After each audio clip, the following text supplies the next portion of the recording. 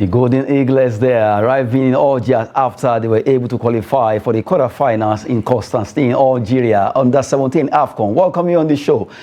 Sports updates on Trust TV. Adeni Aji Shafe.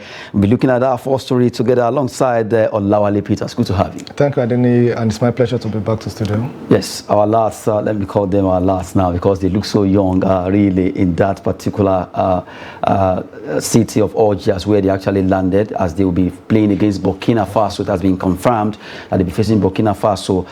The boys are right now ready, but for Burkina Faso coach, he vows to stop Nigerian from picking World Cup ticket. That's the first story we're looking at.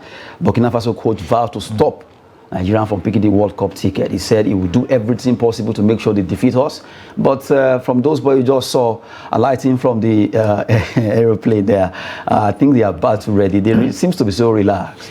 Okay, I'm not surprised by the statement coming from the Burkina Faso coach, and he's playing a mind game, just like the South African coach did also.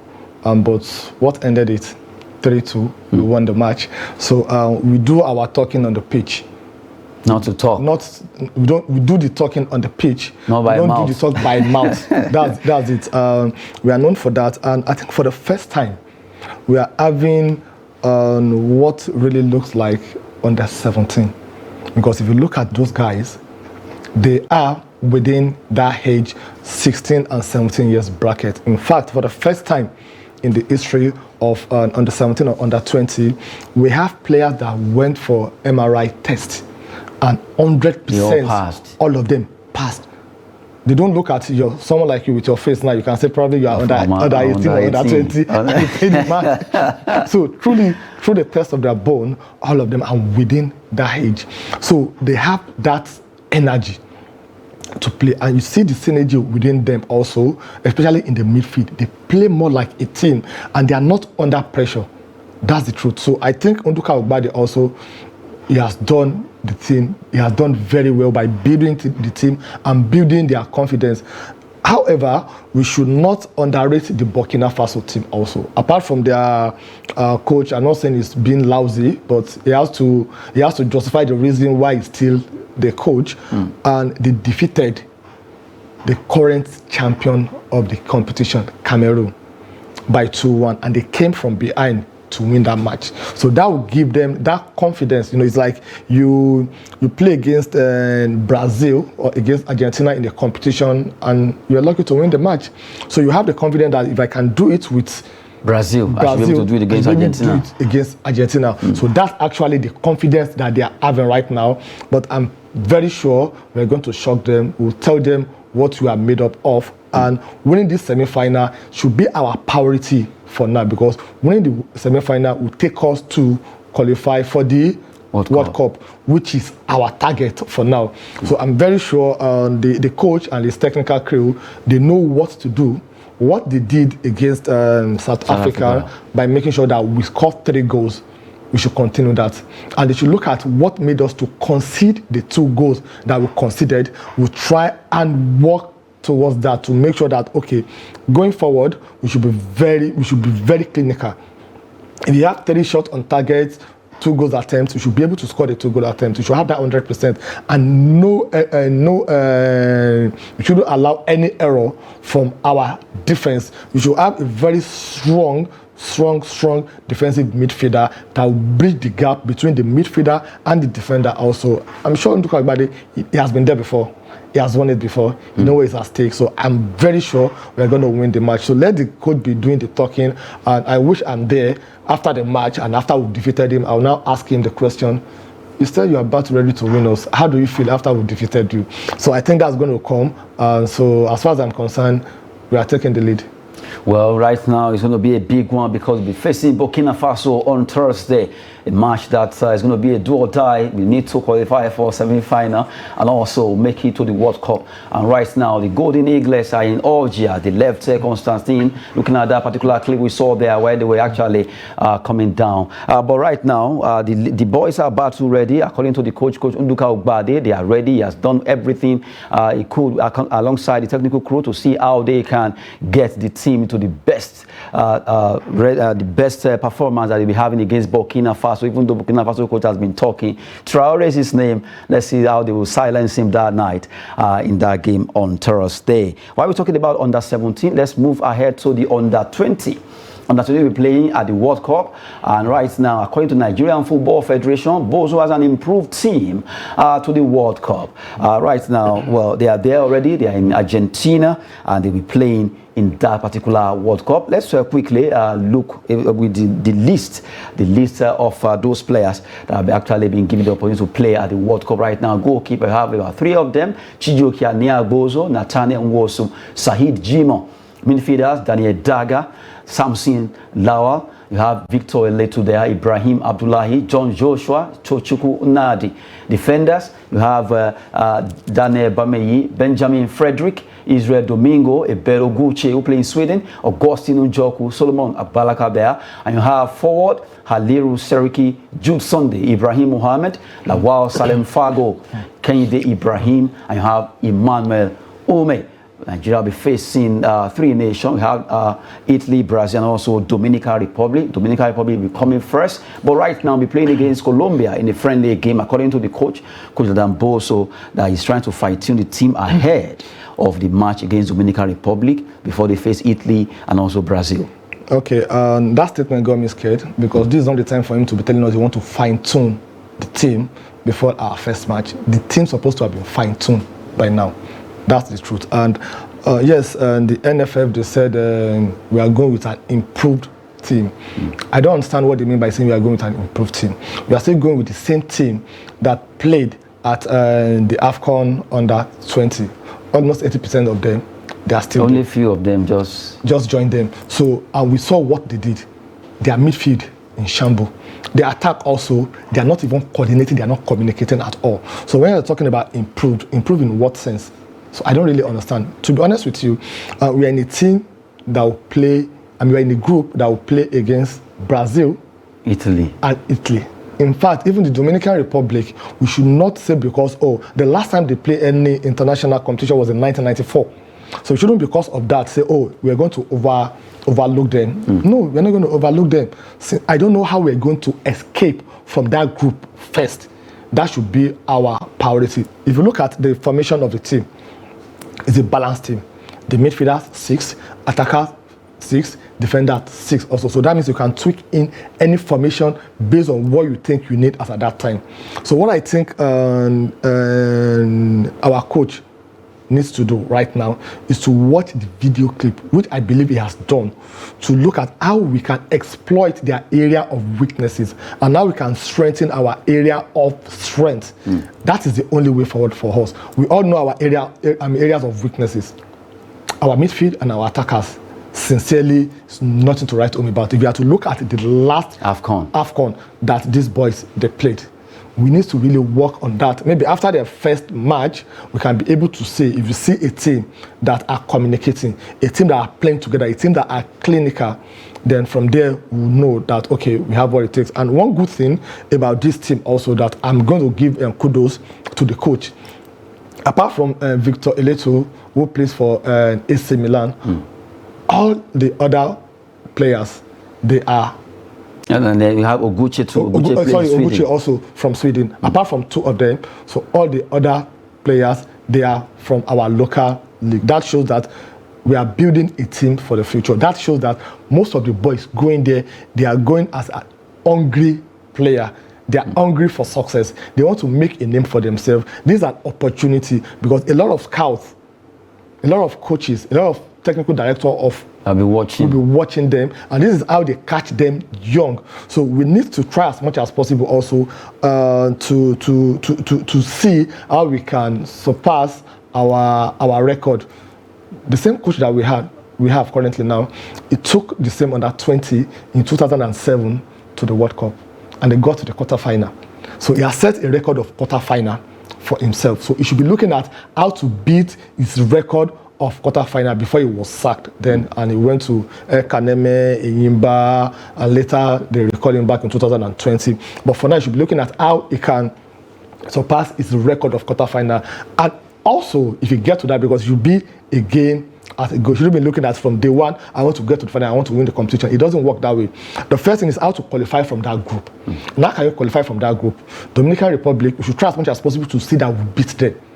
Then the game against Brazil and or Italy, we should look at, okay, we can lose one and draw one. With that 4 points, we should be able to qualify. Then from there, we look at, oh, okay, we've qualified, we've got to quarterfinal, semi-final. Let's even see how we can win this competition. On 2 occasions, we've gotten to the final. Saudi 89 and Netherlands in 2005. On those 2 occasions, we lost to Portugal and we lost to Argentina. And now, let me tell you something that will be that's very interesting. Do you know the scorer of the goals when we play Argentina in 2005? Of course, Lionel Messi. Of course, that name is worldwide. I'm trying to arrive at is we have a player that was under 20 at that time, and up till now, he's still playing. He's still the best player in the world. So that means the only place you can catch all these players that will have future is from this under 18 and under 20. But that is what we are lacking in our country. We only look at those that are already 40, they are claiming they are 30 or 32. They will come and play for 2 years, 3 years, 4 years. We're not going to hear them again. Leave. Sorry? They'll just make name and leave. They'll make name and they will leave. Anymore. That's not what we need. So from this under 18 and this under 20, you should be able to have a future Eagles from these players. So I think, let's see what happens, but the technicality of the coach will be called to question during this competition. It will be a very tough one. I'll be honest with you, but I think it's not something impossible for us to do. It is not impossible, but really going to be tough one coming from Alawale Peters there concerning the Under-20 World Cup, where Nigeria team, the Flying Eagles, will be fighting hard against both Dominican Republic, Italy, and also Brazil. According to the coach, they are ready for this tournament and they want to give their best. According to NFF, they have at least improved right now. Let's see the improvement by the time they start against Dominican Republic, but they will be playing against the likes of Colombia and also look for a local team in Argentina to play against, to at least get their acts together ahead of the World Cup that will be starting soon there. Well, kudos to them and we wish them the best at the Mundial. Away from that, let's look at the big one that will be happening tonight. UEFA Champions League is a big one because Real Madrid and Manchester City, even though Guardiola says he's not coming for revenge. I remember last season they did drop them, but this time around, Man City seems to be more ready to get it done at the Santiago Bernabeu tonight, 8 p.m. Who will triumph between Benzema, Erling Haaland? You look at both teams missing one of their best defenders, Ida Militao, and also not forgetting Nathan Ake will be playing because of injury. But who stays on? Who drops at the Santiago Bernabeu? Well, that would be a tough call, because when you are having a match between European champion, World Club champion, and a local champion, the local champion, yes. Who is it? Man City is the local champion. All what they've been winning all this year has been Premier League. And we're talking about Real Madrid, that they've won the competition 14 good times. They're looking at the 15th. They are looking at their 15th now, and they are in the semi-final. And if you look at the head-to-head between the two teams, that's why I said it would be difficult to say who will win the match. And they've met 8 times. Real Madrid won 3 times, Man City won 3 times, and they drew 2 times. So it's 50-50 head-to-head between both of them. That's the truth. And if you look at what happened last season, they won. Real Madrid won the match at Santiago Bernabeu. In fact, they scored. It was 5-3 on aggregate, and within 72 seconds, they equalized. They scored 2 goals before Karim Benzema scored the last goal. So this year also, the final that would determine, the leg that would determine the match will be played at Etihad, not at Santiago Bernabeu. Whatever is going to happen tonight will not determine the final outcome of the clash between the team. Take it or leave it. It will be on the 17th of May when they are playing the second leg at Etihad that will determine. But Real Madrid, they are coming with a confidence and they are coming with an advantage. Last season, they beat Chelsea, Liverpool, and Man City. So that means when it comes to them playing against Premier League club, they have what it takes to win them. This season also, Chelsea also, both home and away, they've dealt with them. So they have that confidence. They know what is at stake. They know how to deal with them. Then Pep Guardiola also, this is an opportunity for him because he doesn't have any excuse. You can't have a player like Erling Haaland and you be giving excuse also that you don't have what it takes to win the Champions League. He's a prolific striker, all-round striker, take it or leave it. So it's going to be an interesting match. I want to see the battle between Haaland and Rudiger. That is what I'm waiting to see. Because Rudiger, as we all know, is a rugged player, determined player. It's a player that I'm very sure he wants to mark down Erling Haaland. And Haaland wants to show him also that, no, come on. I'm robotic. I'm robotic in nature. I'm not a player that you can just cage down. So it's going to be a very interesting match tonight. Whoever will win the match based on tactics, formation, and strategy, not based on the players' ability or they have what it takes. Both teams, they have their squad, they have more than enough.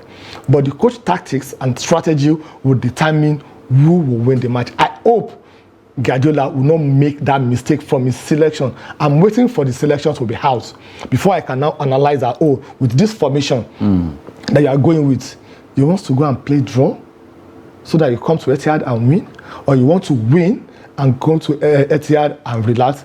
Formation will determine, tactics will determine, strategy will determine, and concentration will determine. Don't forget, it took only 72 seconds for Real Madrid to win the last one, they won during this same semi-final. So it's going to be final before final tonight. Now, looking at the two coaches, Ancelotti, the Don Carlo versus Pep Guardiola, who is really very hungry for this particular cup, Glory.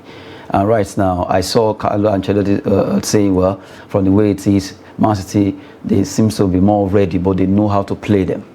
And for Guardiola, like I said, well, they are not coming for revenge. They just want to come and play football. Both of them trying to play some mind games there. But it's obvious that Benzema, the old wine in the new bottle, you know, and for Erling Haaland, fantastic player who has seen it all when it comes to goal scoring, is ready to also add more feathers to his cap.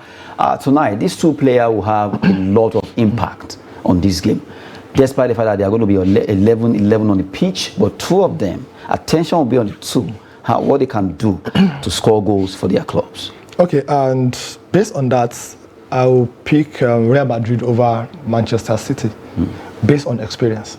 Because tonight, experience is what is going to win it. The experience between Guardiola and Ancelotti will determine what the players will do. The experience of the players also, the like of Madrid, the like of Benzema, will also determine what the outcome of the match will be. So if you pair them based on experience, the coaches, that's the two coaches, and the players, Real Madrid, they have what it takes. They've enjoyed it before. They've had the success. Take it or leave it. Man City, they are coming for revenge. They are obsessed with this trophy. So that statement was just a mind game? That one is just a mind game. We all know it is a mind game. Take it or leave it. This is an opportunity for Pep Guardiola to justify over $1.3 billion that he has spent in signing players since he came to Manchester City. If you can't win it this year, if you can't win it this year, if you can't win it this season, you should just forget about it. When they are talking about world-class coach, like Ancelotti, Mourinho, Alex Ferguson, he shouldn't mention Italians. The Capello of this world. He shouldn't even mention his name because he has proven to the world that with all the resources available to him, he still cannot win what the club really needs. That's the truth. So a lot of pressure on Guardiola. I hope that pressure will not make him to make the same mistake he made when they played against Chelsea in the final and he plays false 9. And you notice that concerning Guardiola, quickly he gets fidgety, he'll be unsettled. I noticed that at times he makes a lot of wrong substitution. Yes, he does that a lot, and that is when the pressure sets in. When the pressure comes in, he's not confused. He's not a calm coach like the likes of Ancelotti. Ancelotti is, even if you are leading Real Madrid 3-0 and 2 minutes to the end of the match, Can still happen. you still see him, he will calm, he will make substitution, and the substitution will do what will help. And that's another thing also. The bench has been winning the trophy for Real Madrid. Last season, both the semi-final, quarter-final, and the final, the bench helped a lot to win the match. So also, what are they going to do tonight in terms of Man City? Are they going to take all their, if you are going to war at times, you don't go with all your soldiers at once. You keep some. Strategically, you keep some at the flanks, left, right, back. Okay, you go. If something happens, you from the flank, you can overtake. You come back. That also will play a major part tonight. The bench will also be part of what will determine who will win the match. I can't wait till 8 o'clock. Well, we just can't wait to see what happened at the Los Blancos. The Santiago Bernabeu, because the Los Merengue will be facing the Citizens coming from Etihad, and it's going to be a big battle there. Looking at those world of football, the two clubs are really, really hungry for glory. And before we go, let's look at a story from transfer. Crystal Palace winger Michael Olise has entry interest from PSG. PSG are looking at getting Michael Olise over there at their home in France. Okay, and I think it will be a good one for him. It will be a good one for his career, for a professional profile also. However, I think he should think twice before he goes to PSG. He should look at the role that he plays currently now and who is holding that role at PSG. Is he someone that he can bench, or is he a player that they want to hold on for the future? Olise is not a future player. Olise is a today's player. It's a player that needs to be having 90 minutes time on the pitch, supposed to be among the first 11. So going to PSG, will that be possible? Then his style of play will also be determined if the new coach that will be coming will want him to play. For example, if they take someone like Jose Mourinho, Olise is not his kind of player. Olise is not his kind of player at all, because Jose Mourinho needs a midfielder that is rugged, like the likes of Makalele, the likes of Kante, that mass defense, mass attack. You can do and play anywhere, anyhow. So that's what he needs to really look into also before he take the next step.